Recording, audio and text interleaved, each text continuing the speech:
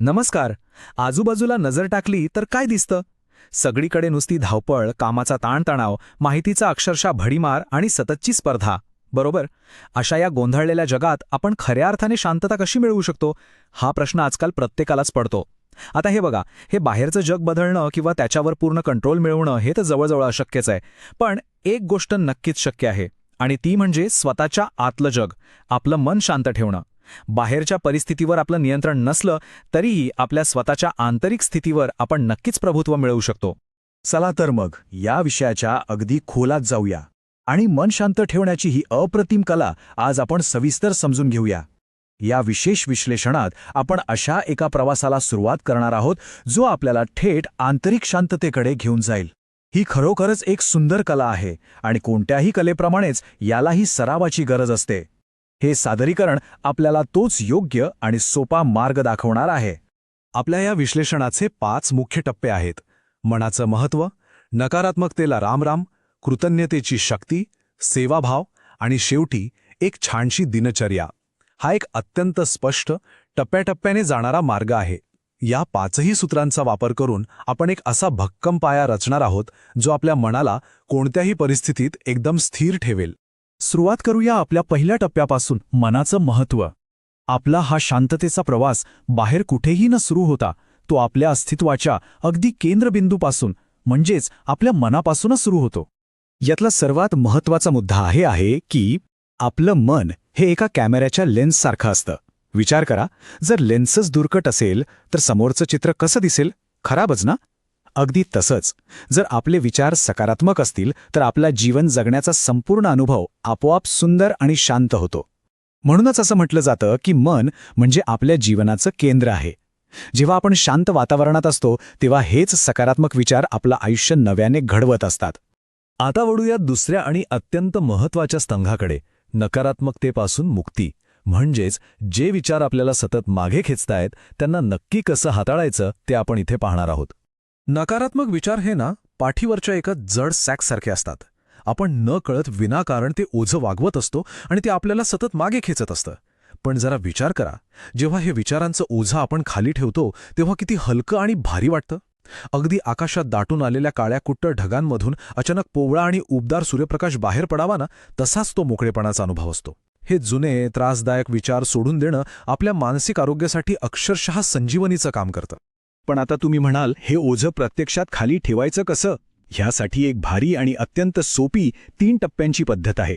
पहिली पायरी ओळखा, म्हणजे मनात काय नकारात्मक विचार येतायत ह्याकडे फक्त लक्ष द्या. दुसरी पायरी स्वीकारा, त्या विचारांशी अजिबात भांडू नका, ते सध्या तिथे आहेत हे मान्य करा.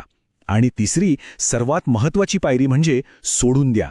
जसा एखादा दीर्घ श्वास आपण सहज बाहेर सोडतो ना, तसं या विचारांना निसटून जाऊ द्या. ही सवय मनाला कमालीची शांत बनवते. यानंतर आपण तिसऱ्या स्तंभाकडे प्रवास करूया, कृतज्ञतेची शक्ती. नकारात्मकता काढून टाकल्यानंतर आता जी रिकामी जागा तयार झालीय तिथे आपण आनंदाची पेरणी कशी करू शकतो ते पाहूया. आता या विश्लेषणातली सर्वात रंजक गोष्ट कोणती माहिती आहे? आनंदाचं हे जे मोठं रहस्य आहे ना, ते अजिबात गुंतागुंतीचं नाहीये. कृतज्ञता म्हणजे भविष्यात काहीतरी खूप मोठी गोष्ट मिळेल याची वाट पाहणं नाही, तर आज आत्ता आपल्याकडे जे काही आहे, जे छोटे छोटे आनंदाचे क्षण आहेत, त्यासाठी मनापासून थँक्यू म्हणणं. ही साधीशी सवयच खऱ्या अर्थाने आपल्या मनाला समाधानी ठेवते. आणि हा कृतज्ञतेचा भाव कुठे मिळतो? अगदी साध्या मानवी नातेसंबंधांमध्ये. जसं की एखाद्या लहान मुलानं आपल्या आईला प्रेमाने मारलेली घट्ट मिठी किंवा जुने मित्र एकत्र बसून मनसोक्त हसत असल्याचा क्षण. हे साधे आपल्या सर्वांच्या परिचयाचे क्षणच कृतज्ञतेचं सर्वात खरं स्वरूप आहेत. जेव्हा आपण अशा क्षणांची कदर करायला शिकतो, त्यांना गृहीत धरणं थांबवतो, तेव्हा मन आपोआप तृप्त होऊन जातं. आपला चौथा आधारस्तंभ आहे सेवाभाव आणि योगदान. आत्तापर्यंत आपण आपल्या आत डोकावून पाहिलं, पण बाहेरच्या जगाकडे पाहून आपण आंतरिक शांतता कशी मिळवू शकतो ते आता बघूया. इथे एक अत्यंत महत्त्वाचं तत्व आहे. इतरांसाठी काहीतरी करणं म्हणजे खरा समाधान. स्वतःच्या गरजांच्या आणि स्वतःच्या विश्वाच्या पलीकडे जाऊन जेव्हा आपण आपला वेळ दुसऱ्यांच्या भल्यासाठी देतो, समाजासाठी काहीतरी करतो, तेव्हा खऱ्या अर्थाने आपल्या जगण्याला एक अर्थ मिळतो. कोणत्याही मोबदल्याची अपेक्षा न ठेवता कोणाला केलेली छोटीशी मदतसुद्धा मनाला जी अफाट शांतता देते ना, ती जगातल्या इतर कोणत्याही गोष्टीतून मिळू शकत नाही. आणि आता आपण पोहोचलो आहोत 5व्या आणि शेवटच्या आधारस्तंभावर, शिस्त आणि दिनचर्या. आपण एवढं सगळं बोललो, पण जर कायमस्वरूपी शांतता टिकून ठेवायची असेल तर त्याला एका शिस्तबद्ध कृतीची जोड द्यावीच लागते. मग हा कृतीचा पाया रचायचा कसा? खूप सोपा आहे. ही 3 टप्प्यांची दिनचर्या एकदम भारी काम करते.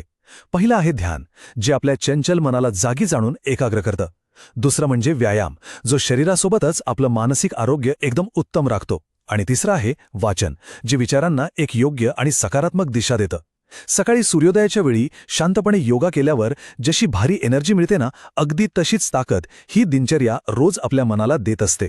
आपण या विश्लेषणाच्या अगदी शेवटाकडे आलो आहोत.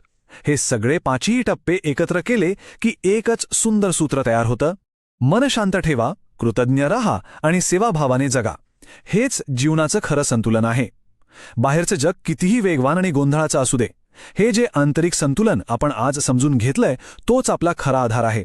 हाच तो मजबूत नांगर आहे, जो कोणत्याही वादळात आपल्या मनाची नौका अगदी स्थिर ठेवेल. तर जाता जाता एकच विचार करा. आजपासून आपण आपल्या दिनचर्येत असा कोणता एक छोटासा बदल करणार आहोत, जो आपल्याला या आंतरिक शांततेच्या आणखी जवळ नेईल. नक्की विचार करा बरं का. रोज नवी प्रेरणा मिळवण्यासाठी आणि असं अर्थपूर्ण विश्लेषण सातत्याने पाहण्यासाठी चॅनलला नक्की सबस्क्राईब करा, लाईक करा आणि हे विश्लेषण सर्वांसोबत शेअर करा. आपण हा वेळ दिला त्याबद्दल खूप खूप धन्यवाद. नेहमी सकारात्मक रहा आणि आंतरिक शांततेचा हा प्रवास असाच एन्जॉय करत राहा.